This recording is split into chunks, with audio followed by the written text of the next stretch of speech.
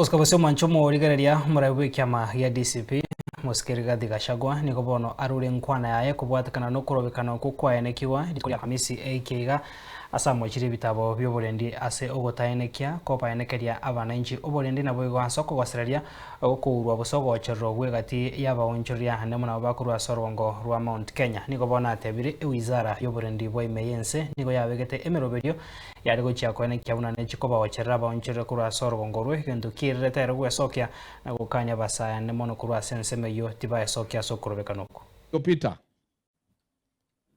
sio wiki hii maandamano ilikuwa ya Gen Z.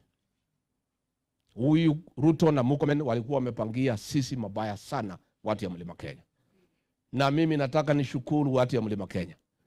Niliposema iko hatari msiende kwa barabara, mkanisikiza. Nataka niseme asante. Nilipoambia wafanyikazi wasifungue biashara zao, imepangiwa vile zitaharibiwa, wakafuga maduka, nataka niseme asante.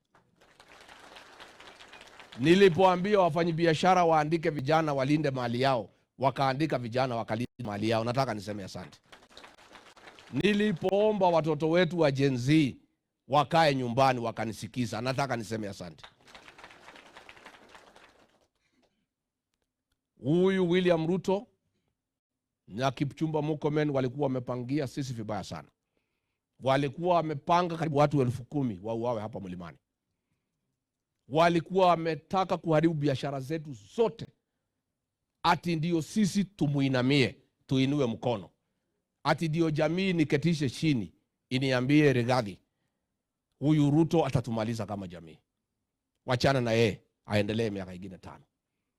Kwa sababu walikuwa wanataka kuuzia watu wetu uoga. Waue watu ya Mlima Kenya. Waharibu biashara zetu zote.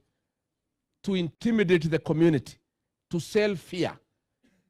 So that the community can call me and tell me not to fight William Ruto and to allow him to proceed another 5 years asimalize jamii ya Mlima Kenya. Na hiyo maneno yote, unajua huyu Moses Kuria alikuwa advisor yake ya mambo ya uchumi.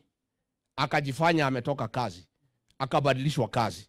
Moses Kuria is the advisor of William Ruto on how to persecute the people of the mountain and force them into submission. Hiyo maneno yote ilipangwa na Moses Kuria, Mwangi Kiojore, na Kimani Ichung'wa, William Ruto, Kithure Kindiki and Kipchumba Murkomen.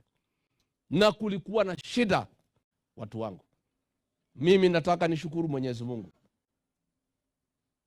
Aliniongoza vizuri nitoe mwelekeo kwa jamii. Nataka nipongeze maofisa ya polisi ambayo waliniambia siri ya ile maneno tumepangiwa. Nataka nishukuru civil servants, waliniambia ile pesa ilitolewa milioni 200 ya kulipa wahuni ya kuja kuangaisha jamii ya Mlima Kenya. Na mimi nataka nitoe shukrani kwa watu ya Mlima Kenya ya kwamba wamekubali mimi nikiwaongoza, nikitoa mwelekeo watanifuata. Nataka niseme asante.